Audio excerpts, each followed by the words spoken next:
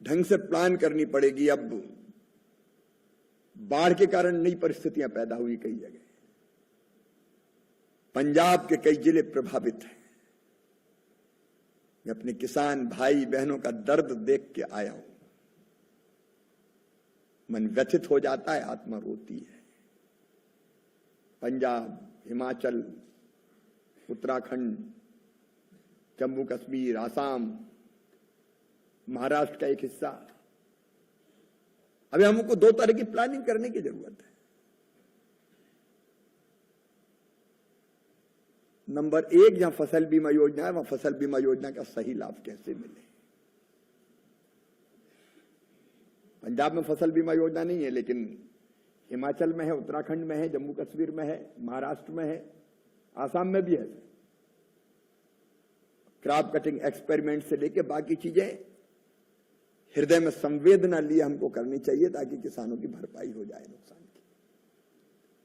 मैं खुद भी यहां फसल बीमा योजना पर ध्यान दूंगा और मेरी कोशिश होगी कि एक एक बार ज्यादा नुकसान हुआ किसानों के बीच में भी होके आ जाऊं। लेकिन जमीनी तैयारी आपको करनी पड़ेगी।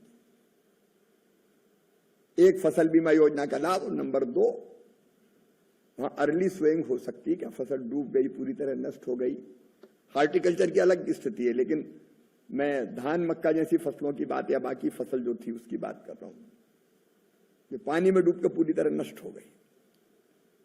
अगर अर्ली स्वेइंग की जरूरत हो तो बीज की उपलब्धता, कौन सी फसल, उसके बारे में हमको किसानों को गाइड भी करना पड़ेगा या उनकी सुन के उनको साथ देना पड़ेगा। इसकी रणनीति भी बनाइए।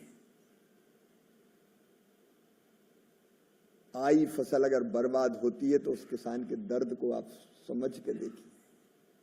बीज, खाद, पेस्टिसाइड, क्या क्या डाला उसने,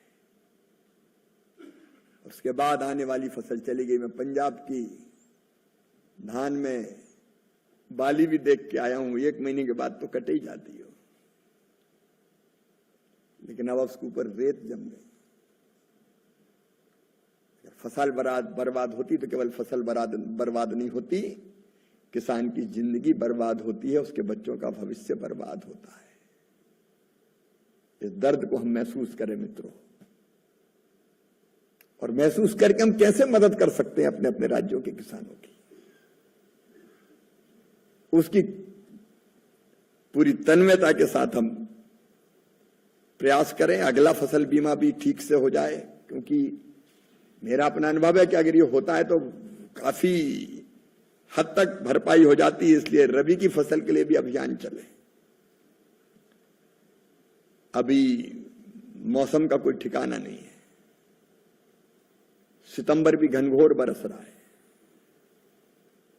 नई बीमारियों की संभावनाएं, सोयाबीन में कई जगह येलो मोजिक आ गया है, धान में भी माहू लगने की शिकायतें आ रही है।